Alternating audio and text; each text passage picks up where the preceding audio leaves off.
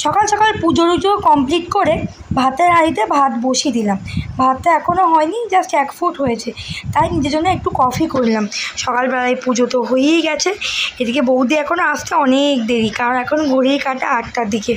আর তাই ভাবলাম একবার রান্নাঘরটা মুছে নিই, কারণ রান্নাঘরটা জল টল ভরার পর এত জল হয়ে যায় না, বস্তা করে মোছামুছি করার পর যেন ঘরটা স্যাঁতস্যাঁত করে। তাই একবার ঘর মোছার লাঠি দিয়ে ঘরটা মুছে নিচ্ছি। বাসন কোসন যা ছিল সব শীততলায় রাখা তো আছেই। আর আগের দিনকে না কি বলবো, সন্ধ্যাবেলা থেকে এমন বৃষ্টি আরম্ভ হলো, সে আর থামার নাম নেই। ভাবলাম রাতেই হয়তো বান দেখা যাবে।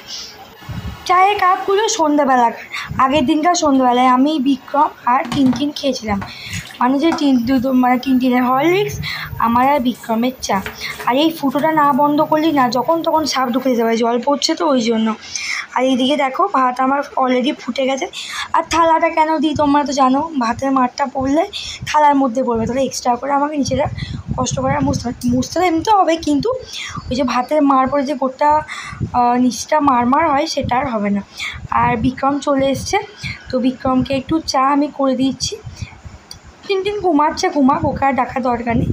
আগে বিক্রমকে চা দিই, ও যখন উঠবে। আজকে করবো হচ্ছে আলু পোস্ত, তাই এখানে আলু পোস্ত আলু কেটে দিয়েছি। ভাতটা এখনও হতে দেরি আছে, কারণ আজকে ভিজিয়ে রাখিনি। আর দেখো এখানে টিনটিন উঠে বসে আছে, তাই বললাম যে চলাই তোকে ব্রাশটা করিয়ে দিই, তারপর রান্নাবান্না সব করব। আজকে টিনটিন তাড়াতাড়ি উঠে পড়েছে। যাই হোক, ওকে একটু খাইয়ে দিই, তারপর আবার আসি। কি দেখছিস? ও গরম। হ্যাঁ,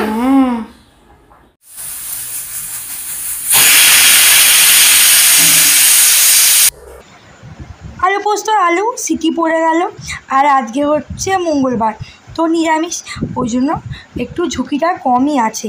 আর এই দিক থেকে আমি রান্না বান্না সেরকম কিছু করব না। আর যা ভাজাভুজি ছিল সব কমপ্লিট করে নিয়েছি, শুধু ভাতটা নামিয়ে দিলেই হয়ে যাবে। ভাতটা একটু পর গালবো, তার আগে এই যে গ্যাস মোছা প্রত্যেক দিনকার আমার ডিউটি। বিক্রম এরপর বেরোবে, তার জন্য ওকে বললাম তুই কি ছাতু শরবত খাবি না গ্লুকন্ডি খাবি? বললাম আমি গ্লুকন্ডি খাবো, তাই ওকে একটু গ্লুকন্ডি, আর এদিকে আমাদের বৌদিকে একটু ছাতু শরবত করে দিয়েছি। টিনটিন তো এইমাত্র খেলে, এখন খাবে না। আর দেখো বৌদির জন্য ছাতু শরবত গুলতে গোটা টেবিলে পড়েছিল। আর ওই বাড়ি থেকে বিক্রম নিয়ে এলো আলু আর শশা, সেগুলো একটু বার করে রাখছিলাম। আর বিস্কুট ছিল না টিনটিনের, আর চানাচুর, সেগুলো সব জায়গাতে রাখবো। আর ফ্রিজ খুলতে গিয়ে দেখলাম একটা আম পড়ে আছে, যেটা বাবা নিয়ে এসেছিলো, তাই ভাবলাম কাটি। সেই করতে ওই যে টিনটিন এসে হাজির হলো। বললাম খাবি? খুব একটা আম খেতে পছন্দ করে না, তাও কি জানি কি মন হয়েছে, আম খেতে চলে এলো। ওই যে খেতে লেগে গেছে, যাই হোক ভালো লেগেছে নিশ্চয়ই ওর। দুটো জামা কাপড় জলে ভিজিয়ে রেখে দিয়ে এলাম, ভাবলাম পরে কাচবো। আমি গেটটা লাগিয়েছি, ও বাবা গরুটা এসে দেখছি খুব ডাকছে। আমি তো বুঝতে পেরেছি ও বিস্কুট চাই, তো বিস্কুটটা ওকে ভাবলাম দিয়ে দিই, তারপর জামা কাপড়টা কাচবো, ওই জন্য ওকে দিয়ে দিলাম।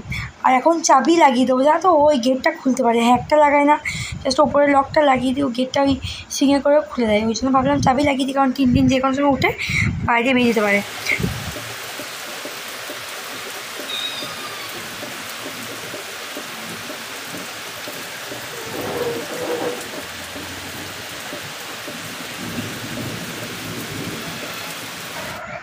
দেখলে তো বাইরে কীরকম ঝমঝমে বৃষ্টি পড়ছে।